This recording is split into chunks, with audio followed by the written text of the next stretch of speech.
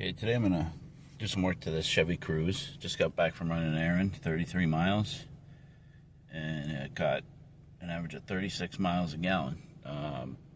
Cruising between 45 and 55 miles an hour. A little bit of stop and go. Not bad overall. Got my new tires, just arrived yesterday, and what this has presented me with for surprises, not a lot. Does seem to drift a little to the left, not a hard pull, and if you hold the steering wheel center, it goes straight, but if you let go, it kind of tends to want to drift into oncoming traffic. So, hands on the wheel at all times, and little pulsation in the front brakes, slowing down from full speed, and little see the pants vibration maybe from the rear tires, but we're gonna do the tires anyway. So I got new brakes on the way, got new tires here, and I'm gonna check out if we can figure out the sensor that's causing these two lights on, which is the right front wheel sensor. I got a sensor and some wiring from the junkyard, and hopefully that's all it needs, but see what I can get figured out today, get a few of these bugs worked out of this car. Alright, get this thing up on jack stands. I'm going to start with the front tires and the brakes, and I'm also going to drain the transmission and the engine oil while I got it up here. Check for leaks and stuff. I just shook down both wheels. Everything's tight there, so nothing to worry about yet. And let me get under there and see what we see. Okay, underneath the car, transmission's a little damp. I'm not sure where that's coming from. Nothing dripping, but just signs of seepage and then dirt sticking to it. And here's our engine oil pan and drain plug. And transmission drain plug. Looks like it's this guy.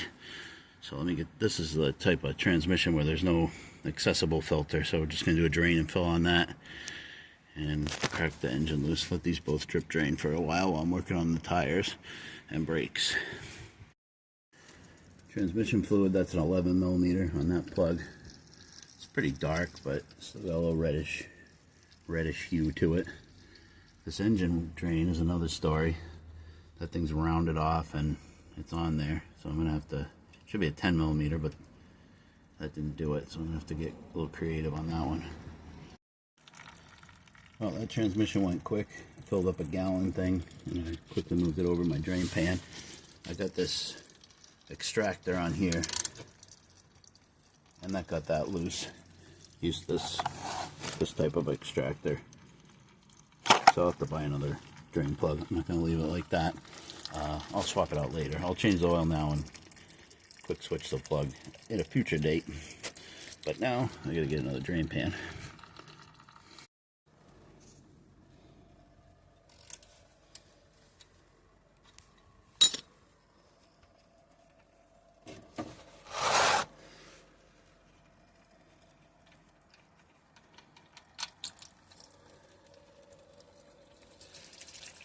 Not bad, due for a change.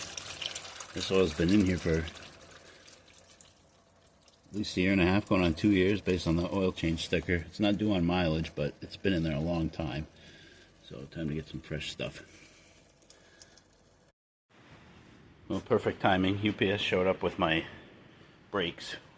So I'm just going to let this oil and transmission fluid continue to drip. And I'm going to get going on.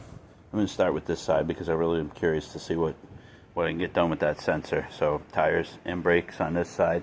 I ordered rear shoes, but they haven't come in yet, so I'll save the back for another day. Those are drum brakes.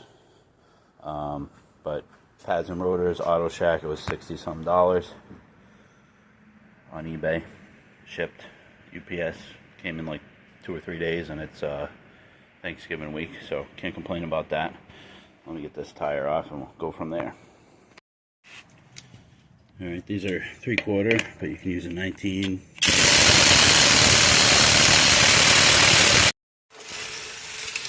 Alright, those are pretty terrible. I had to breaker bar those off. These have been on here a while.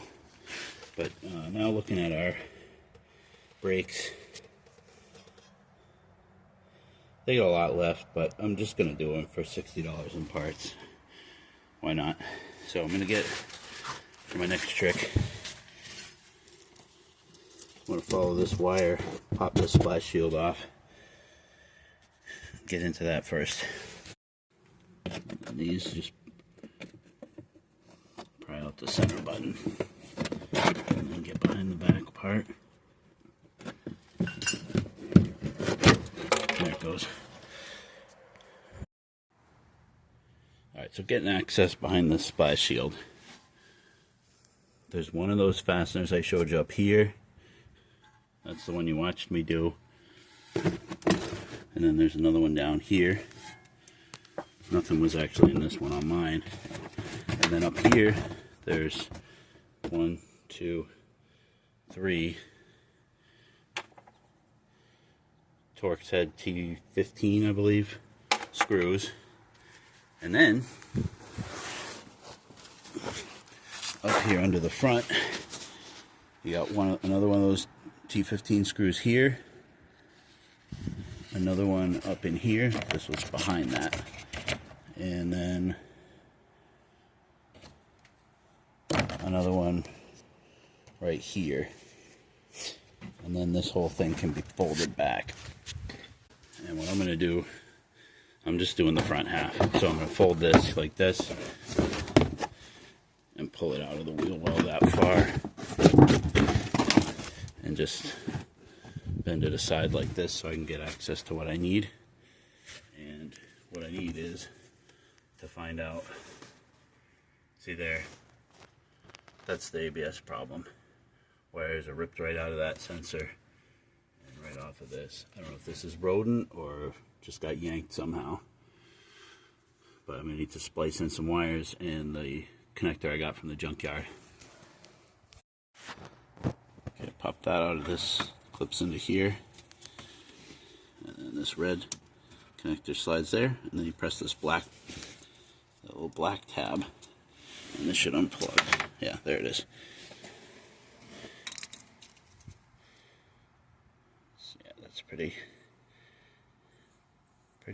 nasty. So it's just 2 wires. And then looking back up in here, pop that out. And probably this too. Another. No, I'll leave that. I'm going to strip this tape and stuff back and see what it looks like there. Alright, here's what I got. This is the one I just took off the car.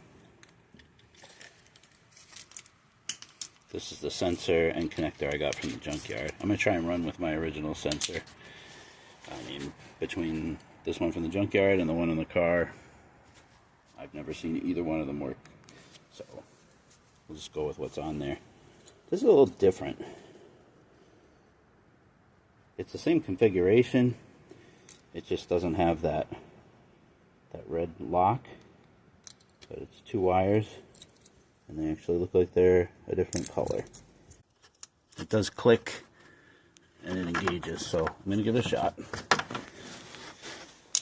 And what I'm going to do is steal a little bit of wiring off of this old, this is one of these plug into your OBD2 and it tracks your devices that I pulled out of some car I bought at an auction. I'm going to steal a few inches of wire off that. And then using these shrink solder heat gun connectors, you're going to need 4 splices, 2 on either end of the little patch to incorporate this piece and fix the wiring harness. Alright, I got those wires spliced in and that connector, and that's all hooked up. I just got to find another clip to hold that piece right there. It'll probably be fine without it, but I can just put a zip tie through these 2 holes and hold it right there. That'll be good.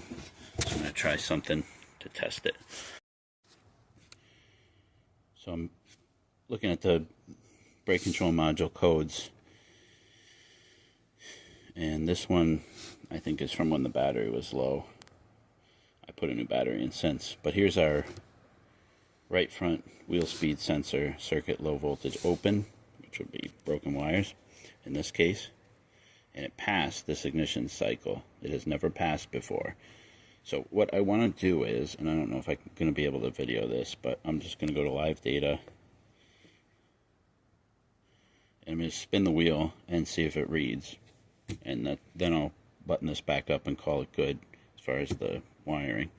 So anti-lock braking, and this should give me all the readouts for the wheels. Here we go. So right front wheel sensor. Let me see if I can reach over here with this hand and do this. This is the, hang that down a little bit. This is one I wish I sprung for the wireless one, the Bluetooth, but I don't often say that. So with my right hand, I'm gonna spin this hub. I get the car in neutral.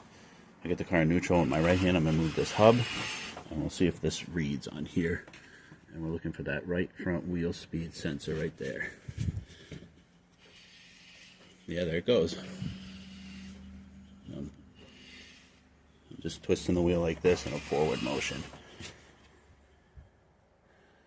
Right front wheel speed sensor right there. Alright, I'm calling that good. I'm going to put a zip tie on that wire and put this splash shield back. Alright, onto the pads and rotors. You got two 10mm bolts here and here to take off. This one, you can't really get a ratchet in here because of this hose, and I don't really want to strain that hose too much. So I'm going to use a wrench on that one. Put this one down here, and I'm going to use the socket on. There's that one. Let me get a wrench. 10mm wrench on that top one. Break that one free. Easy. And I'm going to flush out the brake fluid per usual. So before I yank this caliper out of place, break that free. Got lucky on that one. Sometimes they fight. Alright, and then this will come out.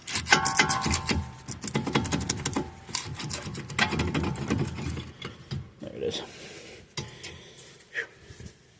I mean, this is one of those ones I think I can just hang here because there's not much place for it to go.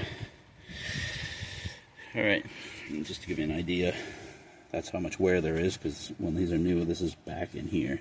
So they do have a, I don't know. We're looking here. Backing, pad material, backing, and pad material. This one looks a little more worn than this one, but yeah, see, this slide needs work. This one's still free. This one needs cleaned up. And let me open the new ones and make sure they look the same. Yeah, these are the same. And they even came with the clips. Just take note. 2 have the wear indicators on, and 2 do not. And it's like on these, the wear indicator goes on the back pad on the bottom. Just something to note when you go to reinstall. Then I'm going to pull this caliper bracket. There's 2 18mm bolts. This one you can't quite get a ratchet around this. Maybe you could with a deep socket, but I'm just going with a wrench. And below you can use a socket. This is just our caliper hanging here. There's a lot of clearance there. So I'm going to use a wrench on the top one and a ratchet on the lower one.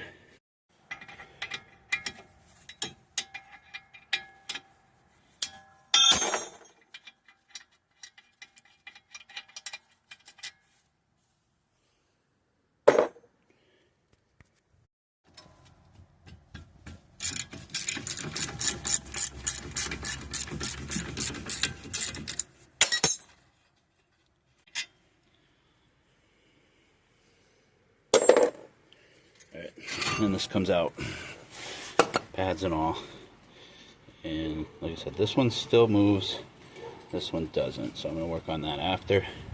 I'm going to keep going with taking the rotor off.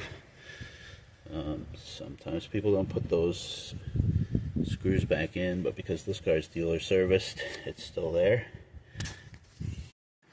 That's a T30. Alright, got lucky this one turns. Although it's a little sticky.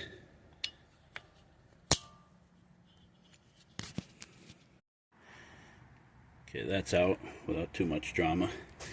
And now before I start beating this thing like a rented mule, let me pull the new ones out of the box and make sure they're a match. Yeah, that's a match. So hopefully this old one comes out without too much drama. Not too bad. That's it. 2 little taps and it's off. It's pretty clean back there.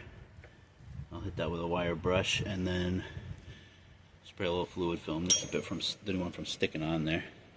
This really wasn't that bad, but I did have a little shimmy. You can kind of see some spotting there. Hot spots, or I don't know. Like I said, 60 bucks to make it brand new. We'll just do it. Okay, wire brushed that, fluid filmed it, brake cleaned this. I want to make sure I line up the, where is it? This little hole for that set screw. The hole on the hub.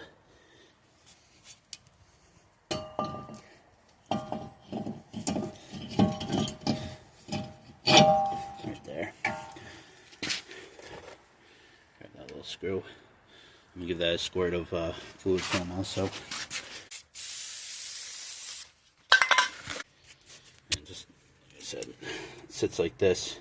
Just taking note that that wear indicator is on the back, on the bottom. So that pin I couldn't turn. As soon as I put a wrench on it, it broke free. The boots are in good shape, and pulling the pin out, it's nice and clean. It doesn't look like it's gotten all moisture inside and gotten rusty. So I'm just going to clean these up, wire brush, and put some brake lube on them and run these again, because there's no reason to replace those. Yeah, these pins cleaned up nice. It really was just a little rust ridge here that I hit, and so grease those back up. Okay, I got my pins lubed up and reinstalled. Those are nice and free. I got my wire brushed the caliper, put new clips on, put some brake grease behind, and then I'll put it also in front of this, and that's what I use to lube these up too. Okay, here's the bracket with the new pads. This is how it will sit up here in this position. Greased up where the pads contact there so they can move free. And I got that little wear indicator on the back, on the bottom, like it needs to be. So this is ready to bolt up.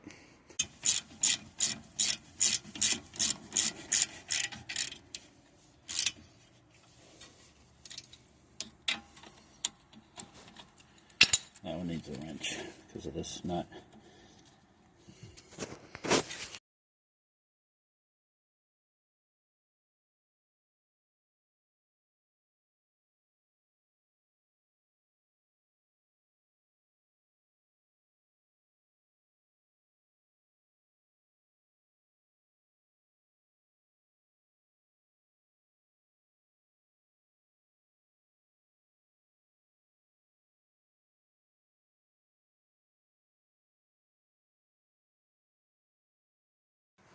Right, grease those up, and this is ready to be reinstalled. Right back here, that line's not twisted or kinked, and then these just line up here. Put those 10mm bolts back in. That lined up.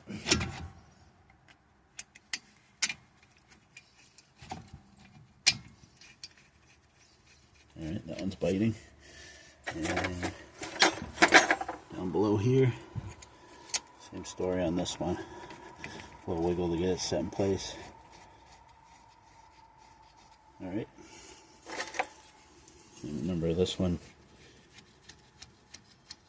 needed a wrench because the hose is in the way here.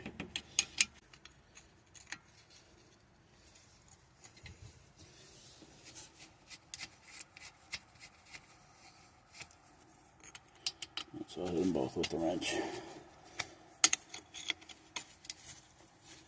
Snug those up good. Same up here.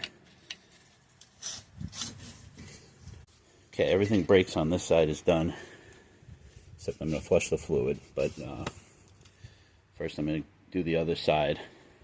I'm not going to video the other side. I'll just let you know if I find anything interesting, but it's the same process.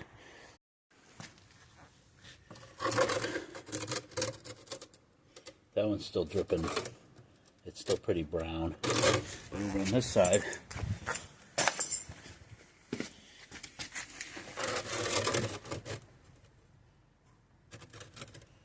get a drip here. Right there. It's coming out nice and clear now. So I'm going to close this one. The difference is when I compress the piston, I left the bleeder open, so this one didn't have as much to bleed out. I mean, people say don't do that with the bleeder closed. You'll push nasty brake fluid back up, but I was going to drain this anyway, so not a big deal. So I'll just close this one off and call this one good. Everything's flushed out here. Should get much better pedal feel with fresh fluid and fresh pads and rotors.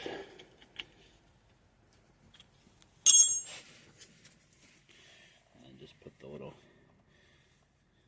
rubber cap back on. Right there. This side's done. Big mess as usual. Checking the level here. It's hard to see, but it's right about here. Top that off. New tires are on, both sides. Put some fluid film on the inside of the mounting surface there, just because you're having a bad enough day when you get a flat tire. Nobody needs to also have a stuck wheel. And I'm going to put my drain plugs back in here. I wrote a note to myself to remember to order a new one of these, because that's the kind of out of sight, out of mind thing that I will forget, and I do intend to change it.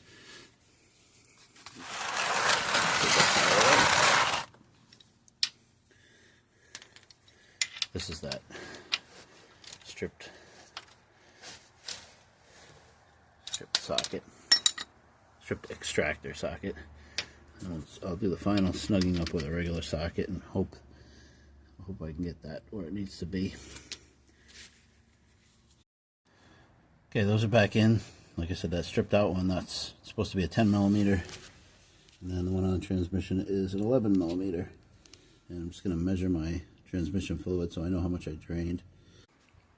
On this car, the filter lives down in this housing, and to take it off, I got a 15/16, but you can use a 24mm, same thing. And then that just goes on there. And I'm just going to use a breaker bar on that. Break that free. Right. Twist that the rest of the way by hand. Okay, I got that out. It was hitting this hose clamp right here on the back side, so that was a little extra challenge.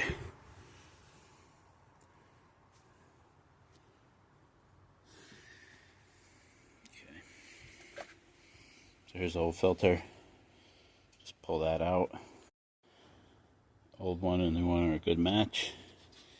The side with the little finger sticking out goes down in here until it snaps. And then we're going to change this O-ring.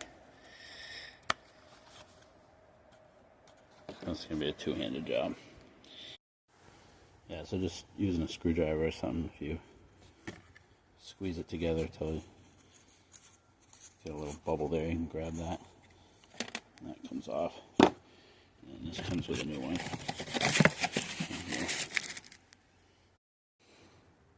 Okay, there's a new O-ring. Put some oil on it, just to lube it up. And then I'll drop that one down. And then I'll drop this down back where it came from. Hard to see, but just gotta clear that. There it is. Just the back side of that hose clamp. And then I'll tighten that up. Okay, that's all set. You don't want to tighten the hell out of that. Just tighten it till it bottoms out, and then just Just a little extra to snug it. It's only plastic and it's just going to make it more difficult to get it out next time. Alright, took about 5 quarts of 5W30. Now it's reading full on the dipstick. And I'll check it again after I start it. But first, down here, see where this funnel is? Right there. That's where the transmission fill is.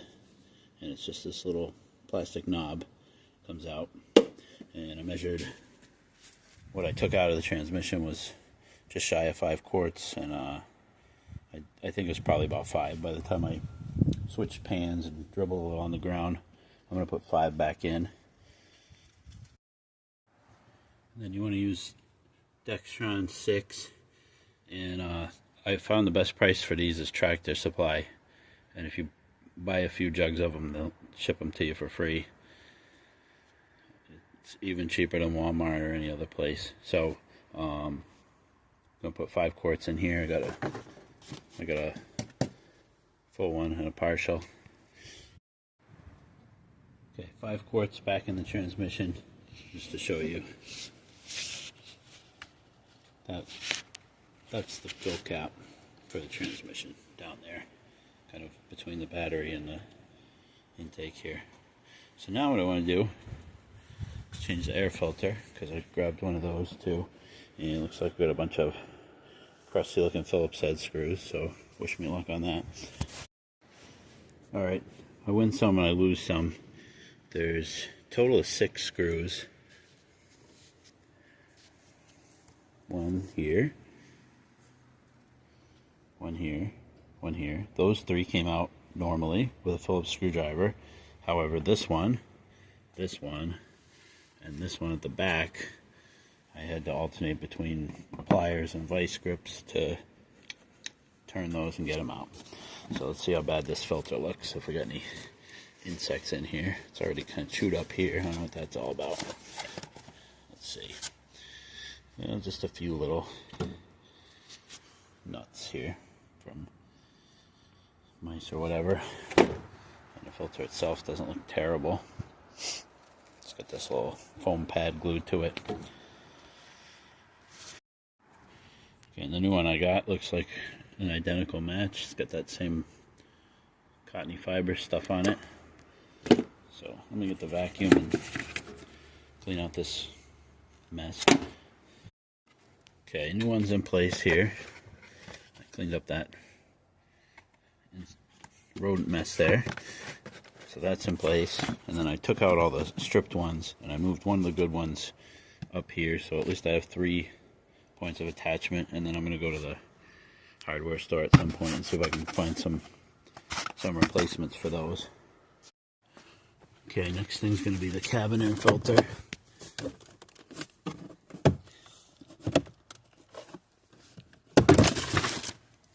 Pull the glove box out, squeeze on each side so this clears. And then up in here, the tab there, and one over here.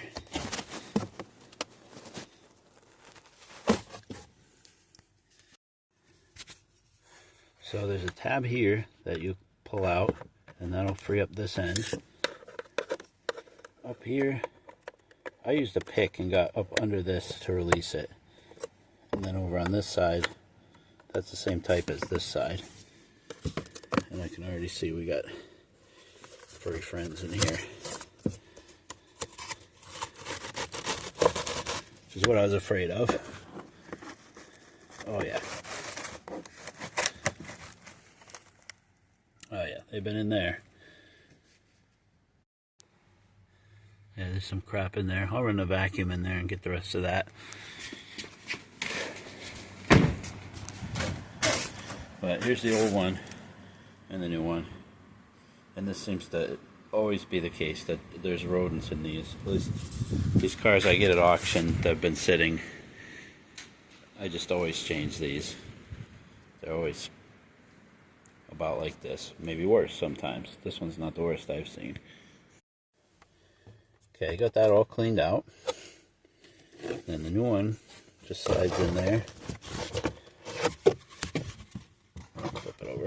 the right way. What you want is airflow down, with that arrow pointing down. Just work it till it slides in, and just snap this little cover back in place. Heard that click? That was the top one. And then these two tabs here. Clip in there. Then your glove box. This little hook hinge goes on there on both sides. And then push this up. Push this up to the point where that black round thing goes up into that groove up there. See it?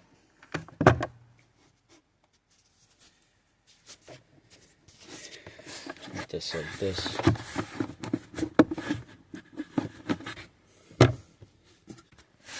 Push those out of place. And then you push that with it, you know. Just open a couple inches so you can sneak your hand in there. Push that till it clicks. And now the glove box is fixed. There, just like that. So that's done. And that's it for today. Whew. And I like to just write it on, especially on a white car, right under the hood. Oil and filter, front brakes, flush brake fluid, air filter, cabin filter, trans fluid. Today's date and the mileage. And I won't forget. And it won't get lost on a piece of paper. And then when I sell this car, people come, they look under the hood, and they say, what did you do to it? And I just point right there. Okay, I torqued the wheels, and now I'm going to go in here and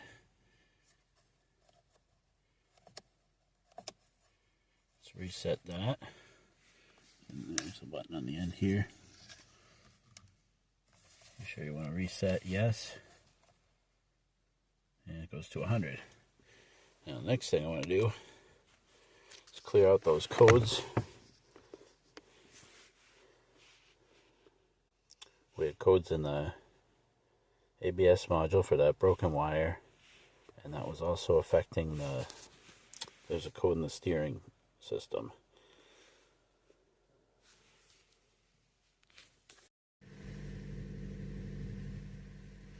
Gonna pump the brake pedal a couple times just to seat those pads, because the first time you hit the pedal they won't work. Alright, I'm gonna take this out for a little ride and see what happens.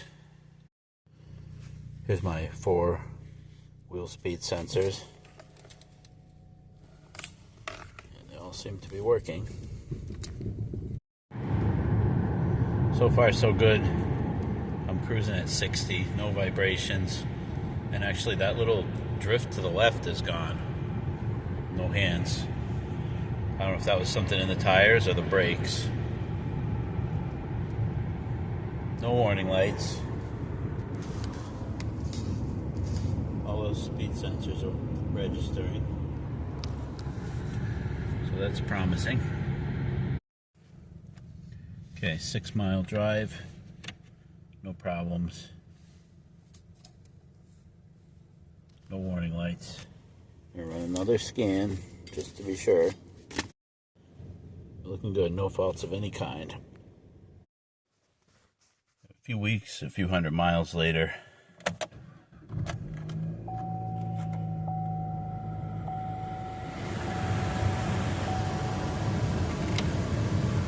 After a few days, I started getting the ABS and traction control light intermittently. And then as time went on, it would be more frequent. And then I noticed it's whenever I would take a right turn, it would go on. And now it's on all the time. And I scanned it, and it's that same right front wheel sensor where I fixed the wire. And I'm thinking it's the sensor wiring that I left on the car, because that would move during a turn. The part that I repaired is zip tied to the structure of the car, so that really shouldn't be affected by whether I'm turning or not. So today I'm gonna pull in the garage and swap that sensor out for that junkyard one I grabbed and see if that makes any kind of difference. You turn the wheel like this wire moves here, where it's connected here. This portion will move. So if it kicks on a right turn, that it's flexing this wire at that point. That's why I'm suspicious of this. So this should be an easy thing to change out with the other used one I have and see what happens. Okay, so that screw there is a T30. That came out easy. And then I just used a pair of pliers, grabbed onto this, and it came right out. This one actually came out easier than the one I removed from the junkyard car. And I don't see any obvious damage to it. Doesn't look new, but one thing to look for, if there's a bunch of corrosion here, it'll actually push the sensor up slightly. And then at the end, where it reads the tone ring, it'll be spaced out a little bit. So make sure this isn't all bubbly with corrosion, which mine is not. So let me get, there's a couple of clips down here, which I showed you before. Get this swapped out. Okay, that replacement sensor's in. Put a little anti-seize on this screw. So it was a good match. Everything was the same. And here's the old one.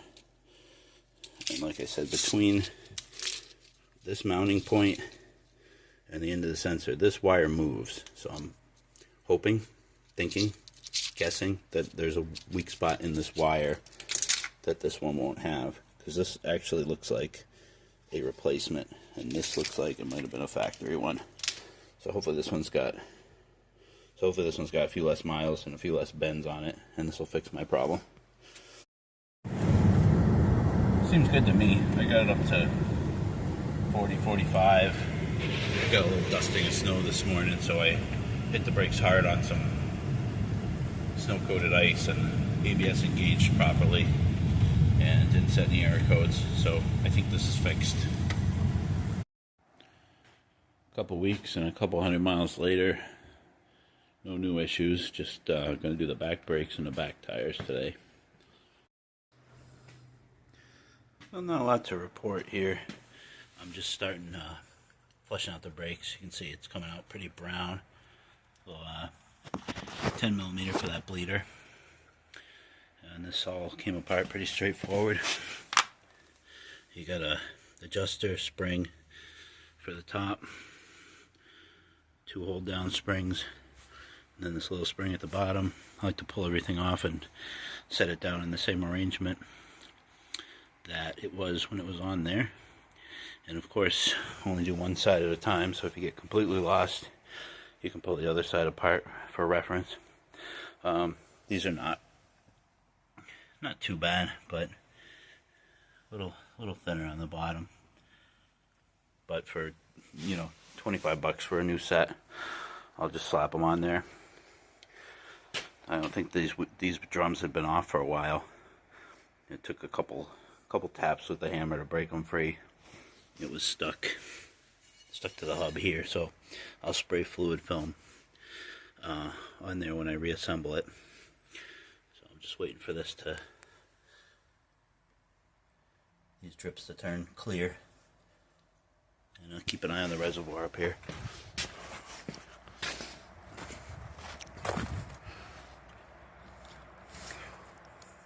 It's got a ways to go. It's right about there. Yeah, I'd say they're maybe half worn out compared to the new ones. New ones come with that parking brake pivot arm and this little pivot point already installed, so you don't have to swap those over. And for drum brakes, there's 3 points of contact on each side where the shoe will touch the backing plate, and so clean those up with a wire brush and apply a little brake lube to that. Same thing on this area, because because that rubs on there. You don't want that to stick over time. Alright, everything's back together here. I did have to back off this adjuster a little bit. Push this like in a downward motion to screw it back in there to accommodate the thicker pads. These here, these retaining springs, you see they have two flats on them. Two flats on them here and here. Makes them easy to grab with a pair of vice grips versus the tool that's intended for them. This makes it a little hard to see where they are lined up on smaller ones like this. So that made it pretty easy. And everything's back together here. One thing I did notice, there was a retaining screw here that went through this at one point, but somebody lost it and it's not critical, so I'm not going to worry about it. I'll just give this part that contacts the hub a little bit of fluid film so it doesn't get stuck. Okay, that's all back together, and I'm still watching this. It's still coming out kind of brown. See where it's dripping there. Want it to be clear. So I'm going to go do the tire and then I'll let this continue to gravity drip. Okay, my tire's done and I'm getting impatient. So I pumped the pedal about 20 times to speed this up. You can see it's pretty close to clear right there. Got a bunch of nasty stuff out. So I'm going to call this good. There's my loop up there. Pull this out.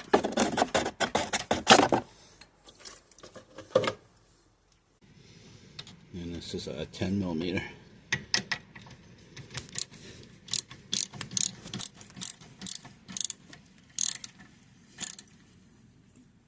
Just snug, not crazy. And a little tap goes back. And this one's right out of the wheel, put back on and move to the other side. Got a broken flap on this visor. The little pivot points were broken off. I got the little door here.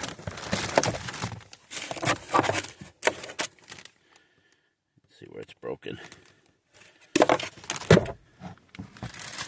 Just a small annoyance, but I picked up this one from the junkyard, not realizing this isn't a lighted one. Two lights. And I could just put this in. It would look kind of goofy because it's not the same as this one exactly. And then I'd have wires hanging. So I did the right thing. I got a new to me used one with the lighting. There's the wire. So I pull this one off. Hopefully the wire is easy to get to. I don't know if you can get to it up here or if it comes out long enough through this hole. So start by pulling off this piece. So I got this piece off just by prying underneath with a screwdriver. It's just a couple little clips that hold in there. None of those broke. And then this has a split, so you just squeeze that open and slide it off the bar there. And that reveals all the 3 screw holes there. 1, 2, 3. And those are a T15 Torx. Get those out. Alright, that's out. Like I'm showing you, there's, with a little screwdriver, there's 2 tabs in there. There's 2 little tabs in there, you gotta push them in, and there's one in here. On my new one, you can see, here's a tab, this side's broken. I'm not mad about it, the screws will hold it in just fine. Now I gotta figure out how to get, we get this 6 or 8 inch length of wire. They cut the vehicle harness side plug and sent that with it, and that's okay. And I just got to figure out how I'm going to get that get this wire unplugged. It does not want to pull out any more than this little bit, so I'm gonna have to go up under here without messing up the headliner. Okay, I fished this connector out here. I took this clip off, and to do that, there's a little, it sits up like this, and you don't see that side, but little clip here you pop up, another T15 bolt in there. And the reason I did that was to let get a little bit more play in this without cracking it, so I could reach up in here. And this is actually glued into the headliner glue, foam, whatever. It looks like there's a little droop to it now, but both sides have that, so that's not from me pulling on it, thankfully. So now I'm just going to undo this clip, and you see we got the sun in the background, so I'm just going to show you on the replacement down here. Just pry under here, this little tab, and it'll release. Just a little better view of that. Pry up on this, and then that will come out. That tab is locked into this slot. Okay, here's the new one in place, plugged in. Pretty easy to snake this wire through here, no problem there. So now the big test is, do the lights work? Yes. Good. All right, so now there's a little plastic disc here that I gotta push back into position.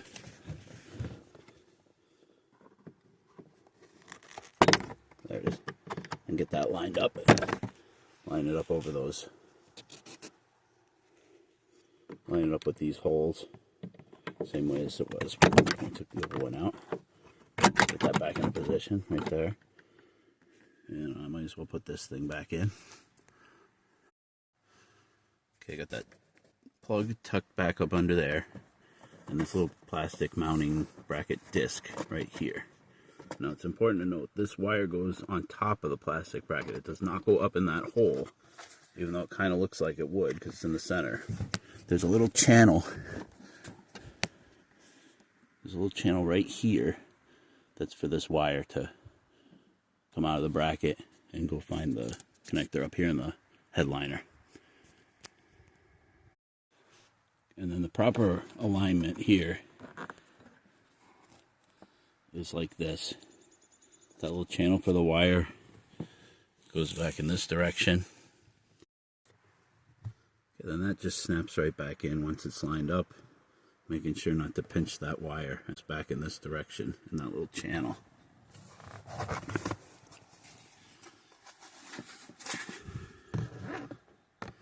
Demonstrate with the old one. It's going to go in this way with this large tab facing the back of the car, the wire harness. There will be a little loop here, and then it will come down this way like that. And then the smaller pointy tab will be up closest to the windshield, and then that'll click in. And then there's the 3 screws to put back in, this to put back in. Shove your wire back up under here.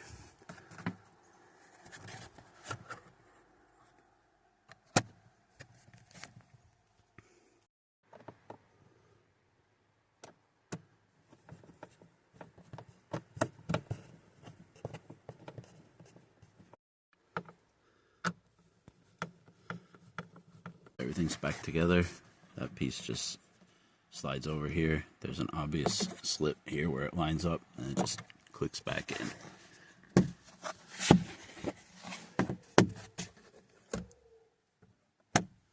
Everything's good. 4 screws, a couple of clips, and a wire connector.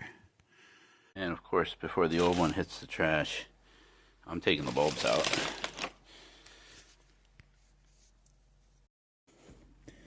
Alright, got my new drain plug, and I've only got about 1,000 miles on this oil, less, so I'm going to try to do a quick swap. Engine's cold, so the oil should be kind of thick. It's kind of cold today, So let's see how quick I can do this.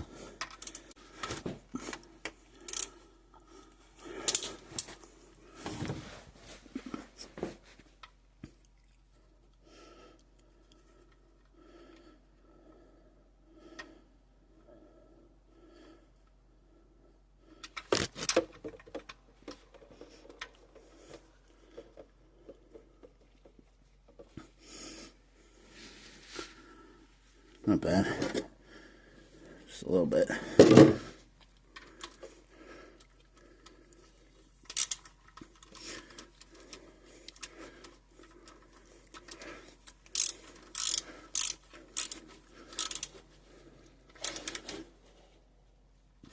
All right. Good rag.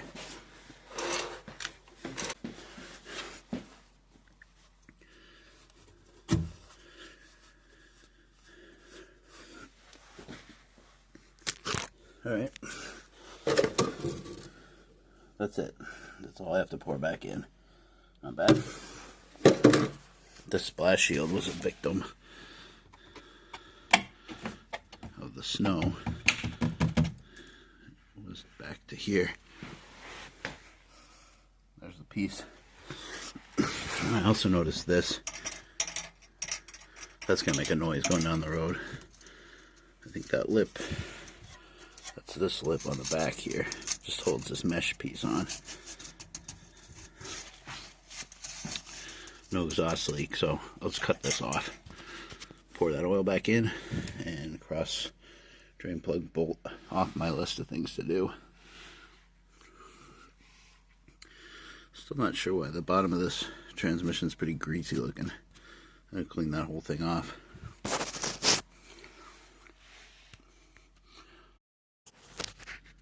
I just noticed this. Where is it? That's green coolant. Dripping all the way down here with the engine ice cold. And it looks like got an axle seal leaking.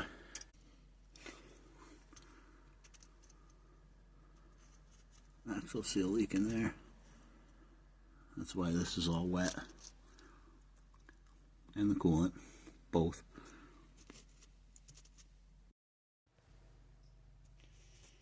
Okay, here's what I got going on here. Changing this fitting because it seems like it's leaking mostly out of this, but also down here. And it's getting worse. So I bought this replacement. That's metal, aluminum. I thought that would be better to hold up in the long run. Now I notice, look, they didn't even machine all the metal out of that opening. Good stuff. Anyway,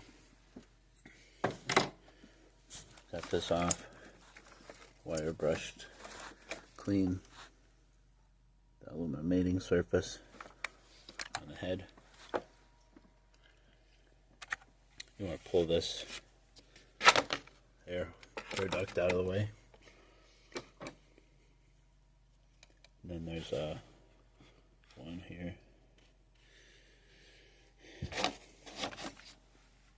And these two connect to the front. So it's just like this, here and here. And that other one goes to the back. You got a connector here. And then this hose. There's a small hose that goes up to the reservoir.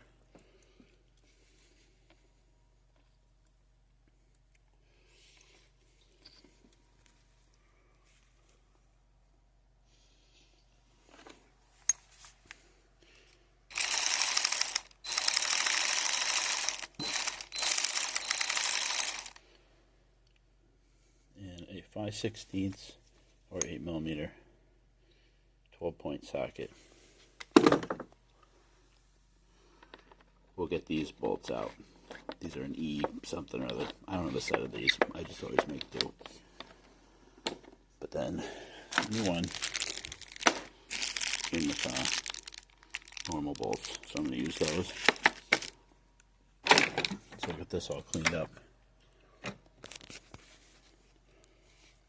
ready to put back together. Alright, this is all back together. Here's my new piece. You can see it down there, the shiny metal. Came with a gasket. I drilled out that fitting that wasn't machined properly. This thing's kind of goofy. The new piece came with the fitting that slips behind this clip, and there's an O-ring. But there's also, where am I? This plastic clip pops out, and then this fits into that. The end of this hose fits into that fitting with an O-ring with this clip. It's like, why did we put two potential leak points right next to each other for no obvious reason? But whatever. So everything else here is put back together. Draining it. Drained it from the radiator down below. Let me show you what that's like.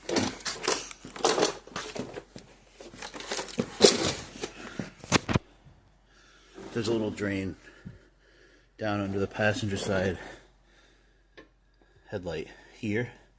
It's on the side of the radiator, right there. And you need to take out this splash shield. There's a series of torque screws and then 4 trim clips here. Funny thing, that's like, see that? That looks green, right? But then when it goes in the bucket, it looks orange. Weird. I'm putting Dex Cool in. That's what it's supposed to have, and that's what's orange. So I'm just letting this drip the rest of the way, and then I'm ready to fill this up, and hopefully nothing leaks, especially that goofy fitting with the two O-rings and clips. Okay, back with the Chevy Cruze, and I'm just finishing up a few little items before I get this thing sold. I got a new inspection sticker. Got the whole thing cleaned, shampooed inside and cleaned. So what's left is these spark plugs, belt, and that splash shield underneath, and that axle seal. So I'm going to do these spark plugs here first. And that cover just pops off. And it looks like a couple of torque set bolts to pull the coil rail off. Those are a T30.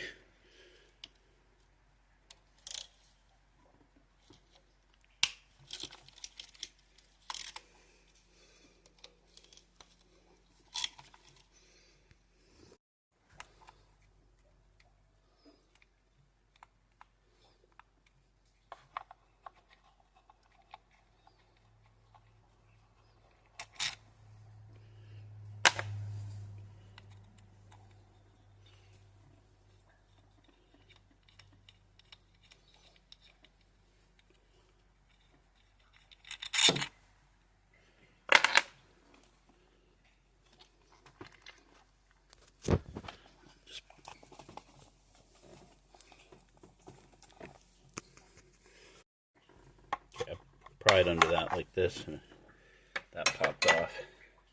2 of the boots came with it. 2 of the boots came with it, and 2 stayed behind with their little springs. And just noting that this brass thing goes up, both of those, and I'll grab something to pull those out of there. This is water because I would just wash the engine, so I'll blow that out of there so it doesn't go down the cylinders. It's really only in this one.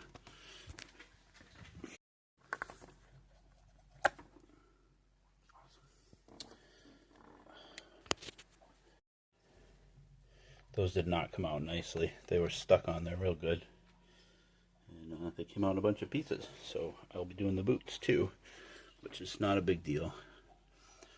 13 years and 100,000 almost miles, probably a good idea. So let me get those out of there. So plugs are out, 1, 2, 4, like that. And it's interesting, 4 was the only one that required any kind of effort to remove. This one just slightly, wasn't even snug. This one I could just spin out by hand, and this one was kind of similar to this one. So really only 1 out of 4 was tight. So I'm glad I got in here and did this. But the wear looks pretty equal on these. They look okay. And I went with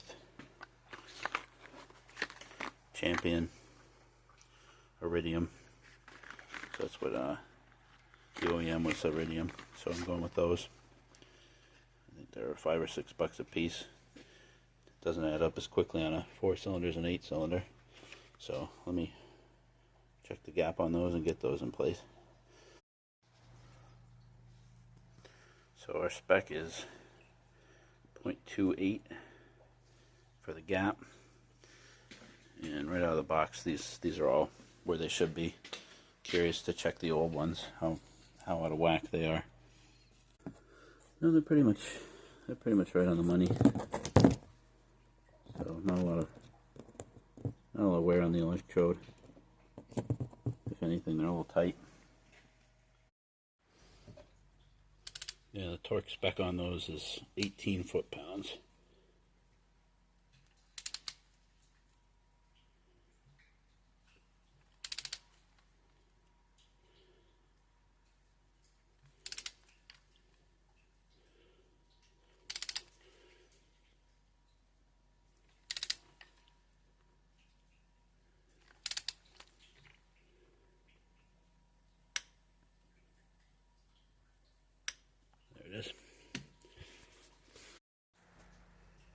Alright, that mounts out of there.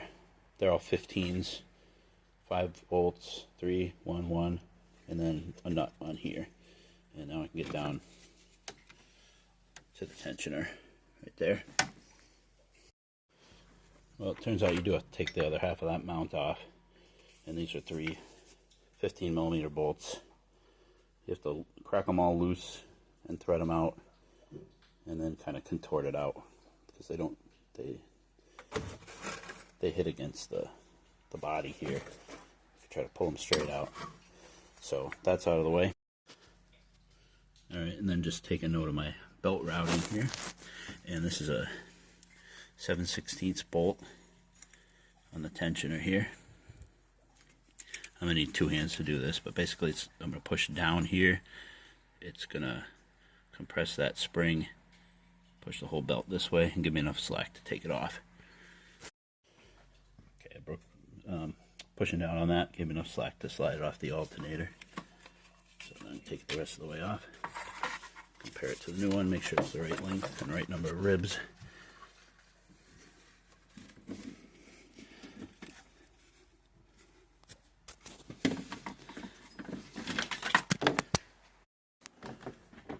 There's my new one. It's a CarQuest part that I got from Rock Auto. There's the part number. I think this was on clearance for $5 or $6. Looks the same. And the length is the same. So just, there's the old one. We'll just go with it. Alright, got that all looped around. And then just going to do the same thing. Push down on this ratchet, give me some slack, and then I can slip that over the alternator. Okay, that's fully seated. Riding on the grooves on all the pulleys like it's supposed to. Good fit. Alright, put those mounts back on. Okay, that's all back together. Not the easiest belt, but not the worst either. I don't know what, like 6 extra bolts and this to take out of the way. At least you don't have to take the wheel and the liner off or get up underneath it. So that's done. Now I gotta go look for a spark plug boot kit that I can get on a Sunday, or else I'm gonna be done for today. Well, the verdict's in, and I'm not getting these spark plug boots today. Be an hour drive to go get them, and I can just get them here in 2 days on Amazon for a third of the price. So I'm gonna save time and money because I'm not in a big rush to finish this today. So I'm gonna move on to that transmission axle seal. Okay, diving into this axle seal. Got everything safely supported here.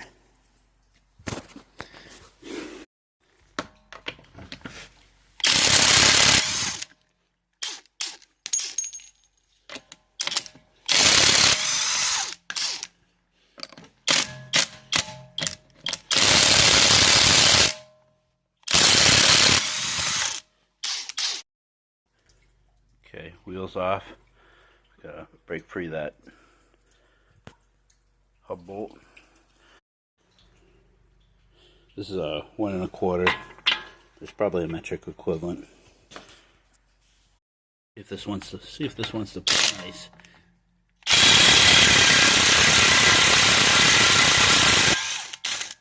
Okay, best case scenario.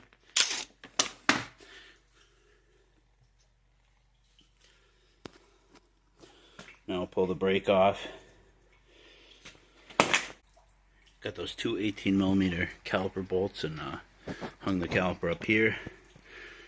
I think I'll pull this rotor just to get it out of the way. And then 2 bolts here holding the strut to the knuckle. And I might as well pull this tie rod just to swing everything out of the way. That's a 18mm for the tie rod end.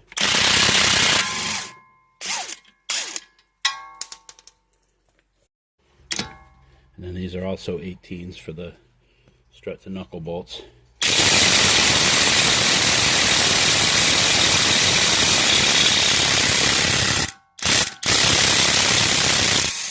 Those are a little more stubborn.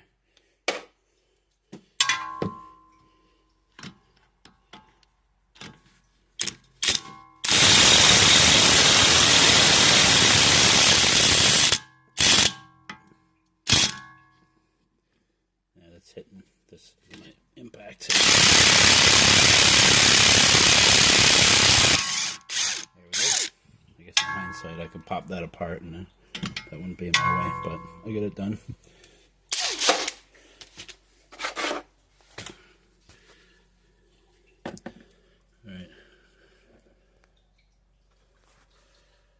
Alright, now I'm going to bust those out from the other side.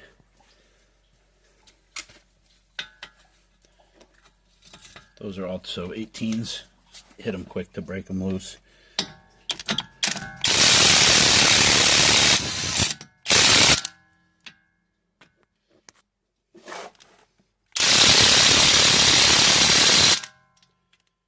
put some pressure on that side and walk them out.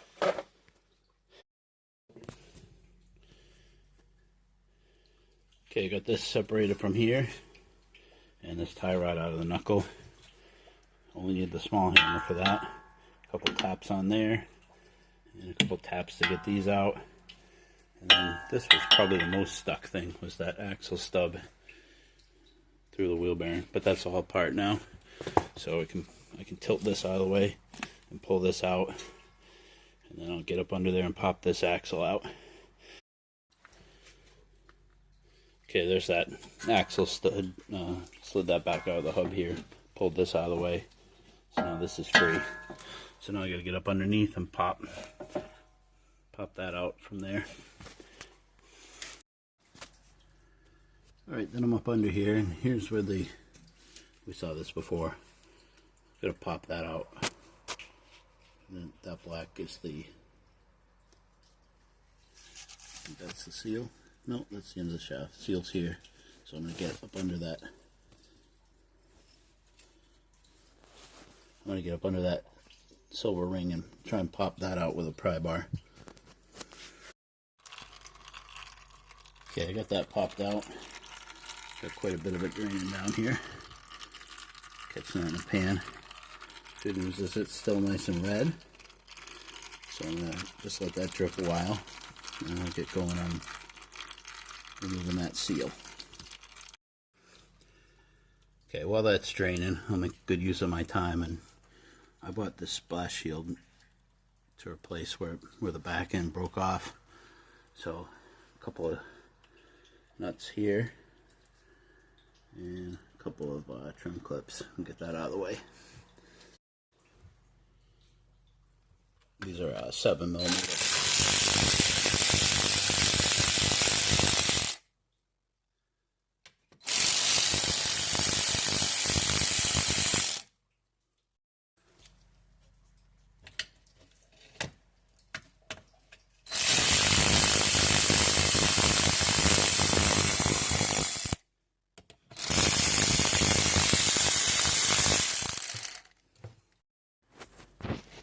Alright, just trying to pop that seal out, and I've already hit it with a flat blade screwdriver right here. You can see that little split in it right there, and now I'm just gonna get under it with this and tap on it.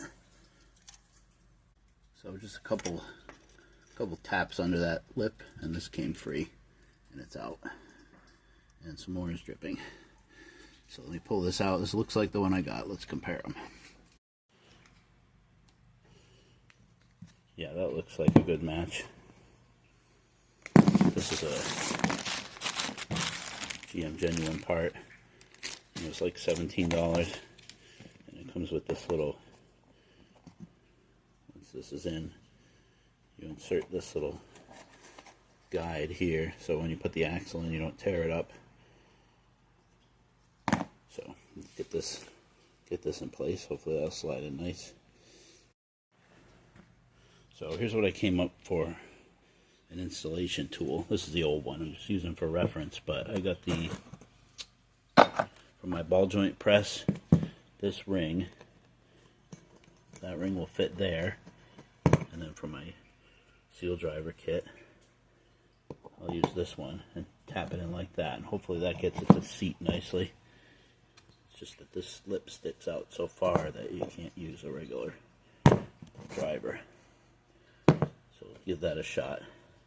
The biggest one, that kind of fits on there, but I'm going to try the medium one first. Okay, I did end up, I got about halfway with that mid-size ring, and then I couldn't get the seat all the way, so I switched to the larger ring and the next size seal driver.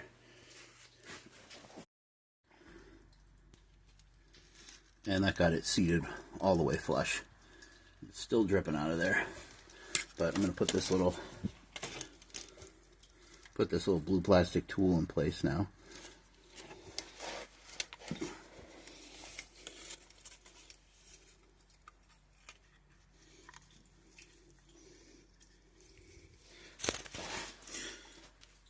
Okay, there's that, and then I should be able to slip the axle back in. Okay, everything is back together. Put that axle shaft in place, everything back together on the wheel, and the wheel back on, and the brake, and all that. So I'm just going to pull this blue spacer tool out.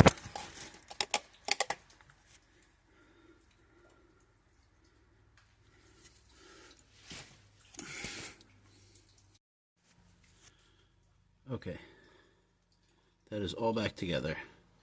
Cleaned up most of the mess. And the live and learn experience here is,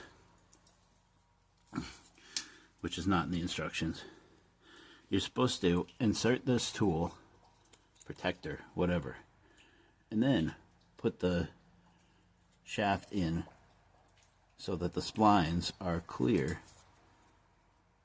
or past this point. But don't put the axle in all the way, because you will not be able to remove this tool. And that's where I went wrong, because once this is sandwiched in there between the silver ring and the seal, it will not come out. So I had to learn the hard way and take it all apart again. So now I've had a lot of practice, and it's all back together. The splash shield is back on. The wheel, strut, tie rod, brake, everything is back reassembled. So I will measure how much fluid I caught and replace that into the top of the transmission. And I just hope that I didn't screw up the seal by leaving that tool in place. It's nice and dry, but time will tell. I'll drive it a little bit and find out. Get back to it a couple days later. I got my replacement spark plug boots from Amazon. It was like 15 bucks for the set of 4. Stores wanted 50 bucks for this, or like 12 bucks a piece. And I wanted to just do them all. I could have just got 2 if I wanted to really cheap out, but it's the next best thing. And cheaped out on some Amazon no-name ones. So let's get to that. So this came with the 4 boots and then also the little 4 spring connectors.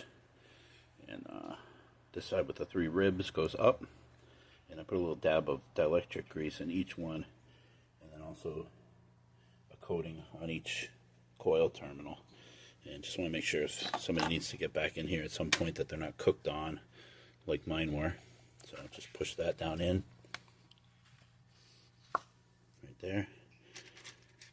And then the spring goes on top with this part facing up. Right there. And just do that for each one. All 4 of those are in place. And then just line up and install the coil pack. Make sure those go right, line up with each one, and just push it down. And once that's fully seated, just 2 Torx bolts, put everything back together.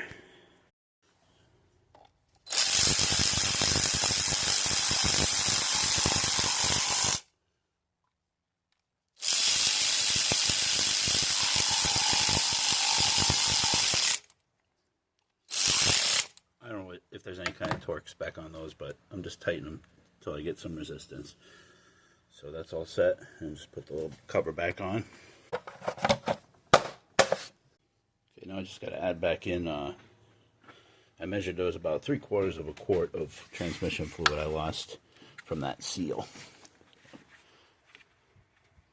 Here's our fill cap down here. Right down there.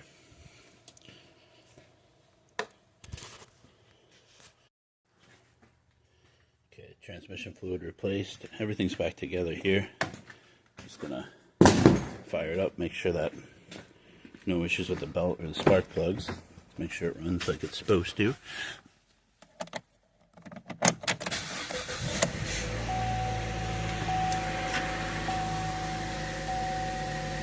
All the warning lights are off.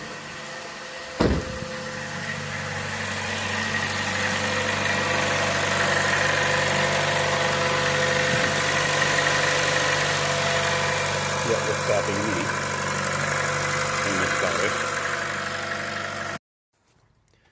And I also replaced that torn up weather strip and just touched up this worn paint on the sill where you step in, make a better impression.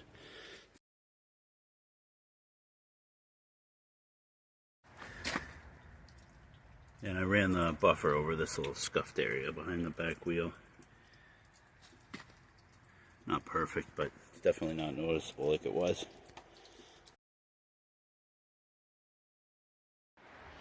Alright, just back from a test drive and go get gas. Need to hose it off again. It's one of those melty days here. Everything's spraying on it. No leaks from that transmission. No warning lights. Everything runs smooth, so the spark plugs are all set. So this one's going up for sale, and I will let you know how it goes. Okay, just an update. I listed this for sale for $5,900. First people to come look at it made an offer, and we met in the middle. We agreed on a price of $54.50. Going to be their daughter's first car. So I'm going to throw up on the screen what I paid for it, what I got into it, and what I sold it for, and the profit.